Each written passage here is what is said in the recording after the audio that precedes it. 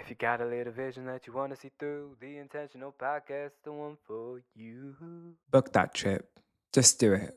Because you never know what that trip will teach you and bring you in your life. Damn, let me just take out my retainer because I sound like I've got a list and it's already pissing me off. I come from an immigrant family, and traveling besides to India has never been a thing that has really been, you know, renowned in our house. The world is so big, and seeing only a small part of it, it is really criminal.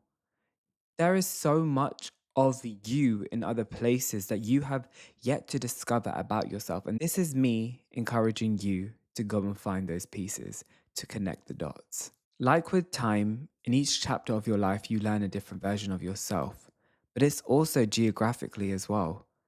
There are parts of you that require you to be there, to see those living experiences to make you better and more advanced. Now that I'm older and able to travel when I want and how I please, the first trip I ever took that has been the most memorable was my Paris trip. My Paris trip is one of my most favorite stories to tell because it took so much courage and passion to commit to this because I wanted a story to tell. It's as simple as that. I was turning 21 and I was actually I was scheduled to work this day. I could have just rearranged my shift now if I'm looking at it in hindsight because there was an abundance of shifts. But when I ordered my trench, which was the thing that compelled me to book my Paris ticket, I was like, you know what? If I get this and it's right, the trip is right too. 2 weeks in advance, this is August, I paid around 200 and something pounds for a day return. Literally, I was only there less than 24 hours. But the things I experienced and the things I learned in Paris, damn, it was almost like a manifestation for me. I really want to manifest that I'm traveling in the future for work. And to build that independence, I made it a promise to myself that I'm going to make this trip as successful as it can be with me planning it for the first time. And I got everything in order. I booked my ticket, I did the itinerary, and then I let God deal with the rest of it. And it worked out great. Headed to Paris the same time I would have been working. And I saw people going to work that I knew who I worked with at the bus stop. But I put my head down and I kept walking to the station. Anyways, got to Paris eventually, and oh, that feeling of first stepping into a new place that hasn't been touched yet by your own family or blood, it felt so special. I felt like I was like expanding the horizon. I don't know. It really felt like I was doing generational work. And I know this sounds so stupid. Like it's just Paris. Like it was a 2 hour Eurostar trip. Like it was literally a train. I wasn't even flying anywhere. But it really felt like I'm taking a risk. And risks, I'm not gonna lie, my family has done a great deal of risks to get to where they are today. But like I've mentioned previously in another episode, for the legacy to expand and grow more taller, you have to continue it. Generations have to continue it. And I want to continue my legacy of my family of taking risks and doing things that are unprecedented because that's what boss bitches do, period. So I land in Paris and the weather is super hot. Like this is August, and I never knew that in August the Parisians go on holiday. So I'm thinking, damn, Paris is quite empty for the morning. I just thought I lucked out. But no, they were just Parisians out and about in another state, probably. But I still, regardless, had the best time in Paris. Tried to figure out my mobile data situation. It was absolutely disastrous. I had no signal or anything, but like the Virgo I am, I took screenshots of my Google Maps and the metros and stuff that I was supposed to take. And as soon as I got off the Eurostar, I headed straight towards my tickets, got them, and then I jet setted off to my first location, which was the Emily in Paris apartment sites. Oh, and it was the most beautiful experience because I loved the show, and it was also one of the reasons that I wanted to see Paris, that and Heartstopper. And like, I'm so bad at navigation, but again, this is me testing myself, and I saw like what is around that's I can identify, and I just followed and made my way there. And I got my pictures. There were lovely people there, but I was scared that I might, get, robbed or whatever because Paris isn't, the safest. But where is the safest at this point? But everything was fine. The metro was kind of cool, like going there. I did have to ask directions at one point, but it was funny because it would be like I'm asking English and I'd be responded back in French, and it's just like we both know that I'm speaking to you in English because I don't know French, and you're still going to tell me the answer in French. Love that. Funny story to tell. Anyways, I figured it out. And the metro is quite easy to use in France. It lights up at every stop you get to, which I thought was really great actually. But anyways, got to all those locations totally fine. Eventually figured out how to use my data, but also the fact that I didn't have like specific Google Maps navigation working at the start of my trips, I was more inclined to just wander about and like see things along the way. And I ended up going to my first food spot place. Oh, I don't remember it, but it was Punjabi owned. And I was just so like, oh, thank God. It's like, it was a relief to me. And luckily they had free Wi Fi there. So while I had my savory crepe, which I intended a sweet crepe, oh, like it was such a great conversation I had with the guy. And he was so happy to see me as well, which is also like, like, oh, like this is my people. You know what I mean? After this, I walked around the corner because I was hearing tabla music, and I spotted a store that said "sings or sing," and I was just like, this is alignment. Like I really thought like I might be the odd one out over here. Like I have heard of like racist experience happening in Paris, but everyone was so lovely there and it was so diverse, which just reassured me that the trip was important for me to take because it changed my perspective. Oh, and then the Eiffel Tower tour. I booked an Eiffel Tower tour with this group on Eventbrite, not sponsored, but you are welcome to sponsor me any day. Um, that was so great because, like, I didn't have to wait in line. Like, there was a huge line to wait to walk up the Paris stairs, the Eiffel Tower stairs. But honey, I went with the group and I took the lift up to the second and first floor, and it was beautiful. Oh my gosh, I've never seen the Eiffel Tower, and it was just so fun and cool to be on a monument and learn about its history. But I totally wanna see it again in the dark, shining, because I went during daytime because I only had a day. I got my Paris souvenir from the Eiffel Tower, which I thought was so cool. It was like a little picture of the Eiffel Tower, kinda vintage looking, but I've lost it. I don't know where it is. But I'm so grateful that the next experience I had after this was getting my food. Wait, was the food after or before? Oh, wait, I had a perfume workshop as well. So I had a perfume workshop, which once I figured my data out, I figured out how to use the buses because the buses were a bit confusing because I was on the wrong side of the road. Anyways, once I figured that out, I went to my perfume making workshop, which I made like a tiny fragrance, which now is my souvenir for Paris. And I'm so glad because I lost obviously my magnet. So I have that, which is really great. When it was time to go back home from Paris, and I'm quite a punctual person, so I made sure there was enough time. I was like, you know what, I'm gonna get the metro because I bought like 10 metro tickets and I've only used like three of them. So, like, let's make the most of this.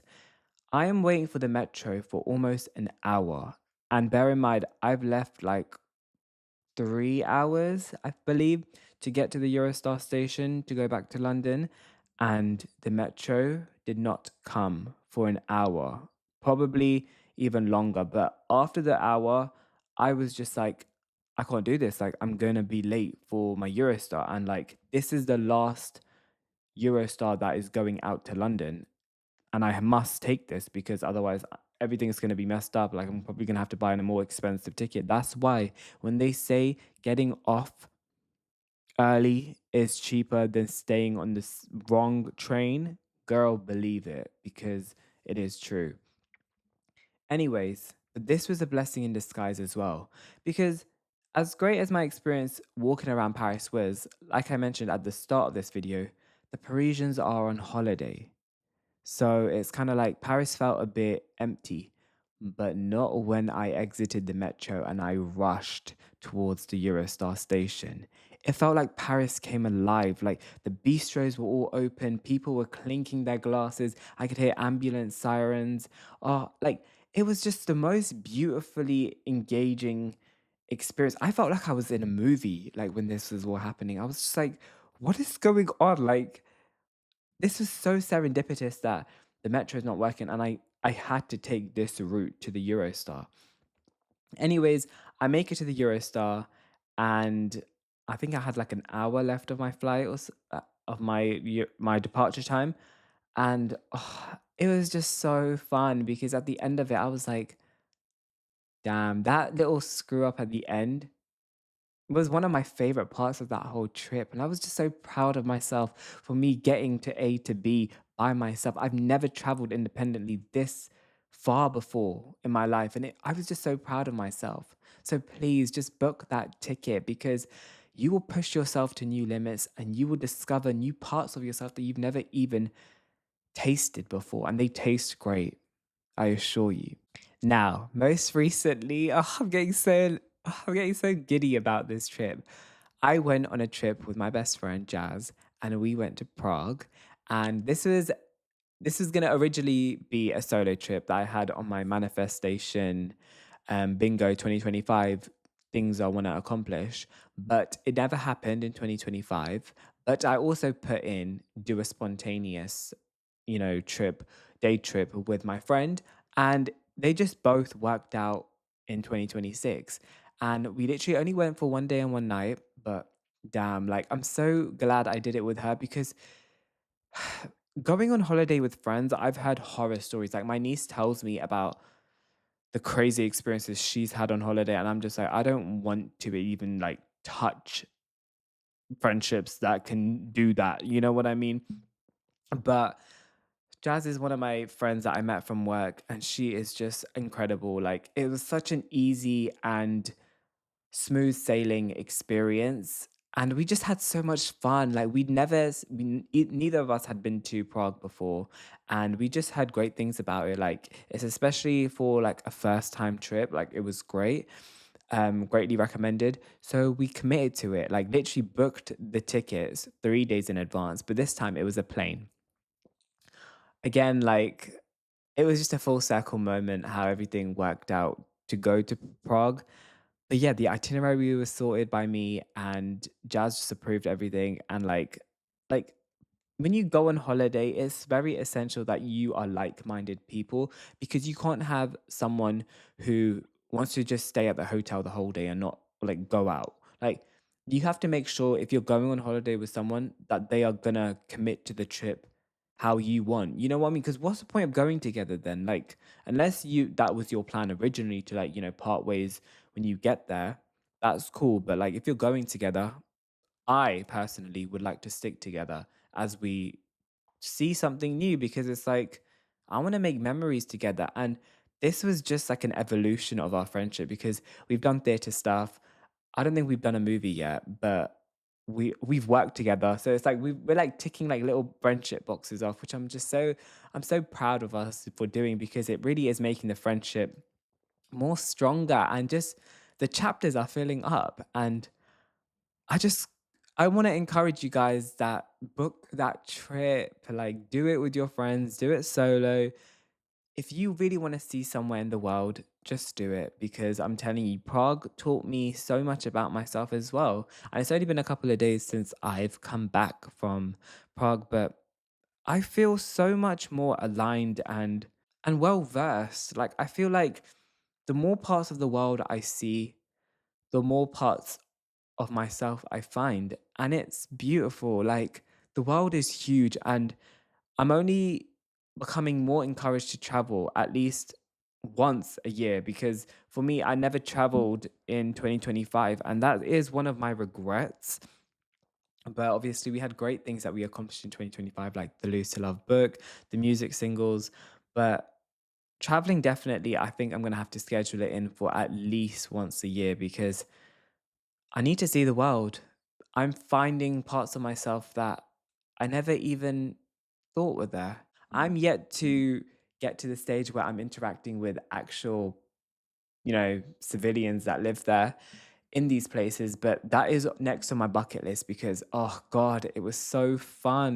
Maybe Australia, because I know Anastasia Kingsnorth went to Australia. She went backpacking with her friends and they met some incredible people there. And I'd love to just say, even like, again, the stories you can tell, like, oh yeah, I've got a friend in Australia. I met her when I was on a trip at 24 years old. Like, it's just cool. Like, you're more interesting and it really adds to the aura. I'm telling you, really adds to the aura. But yeah, book that trip, have fun, have adventures, especially if you're in your 20s, guys. I'm 23 right now, and I'm telling you, I'm only touching the surface with my traveling. And 100%, when I hit 30 and I'm a bit more, financially secure, it is a mission of mine to one day take my whole family out to see the world. And I can see that they have that inkling right now, but they're not going to do it for themselves. But when I am financially secure, I would love to do that. That's something I would love to splurge on. And we did a Dubai trip, which was our first ever holiday. Oh, I didn't even mention this one. This is just before I started my job where I met my friend. And yeah, we'd never been anywhere besides India and the UK. Well, we went Canada, but that was like ages ago, and that was like for a week or something. So a very short trip. But this Dubai trip, the way my parents lit up, like it was really like watching a kid in a candy store. It was like, wow, like, and Dubai is beautiful. Oh my gosh. I mean, it was raining the first day we got there, but I still went to the pool. I was like, honey, I didn't spend this much money not to be in the pool while it's drizzling. It was torrential rain, basically. I literally got a flood warning as well. And I was in the pool asking the guy in the pool, I said, is this normal in Dubai? This is my first time being here. He's like, out of the 5 years I've been here, it has never rained. And I was like, of course it rains the one time I come to Dubai. But also, those vlogs are out on my YouTube channel in the Axe if you want to see. So is the Paris one, and Prague is coming very soon. Um, but it was just a great experience. Like, it really was the reset I needed before I started that job. And again, everything, all these trips and stuff, they come when you're most aligned to them and you need them. There is no trip in your life that you will take that won't give you a lesson. There is a lesson in everything if you choose to see it. And I choose to see it. I hope you enjoyed this episode. I know it's not like my traditional podcast intentional episodes, but this is intentional living that I want to inspire as well. And taking trips is absolutely part of that. I hope you've learned something. I hope you've been inspired. Thank you for watching. Until next time, greater things are always to come. If you got a little vision that you want to see through, the intentional podcast, the one for you.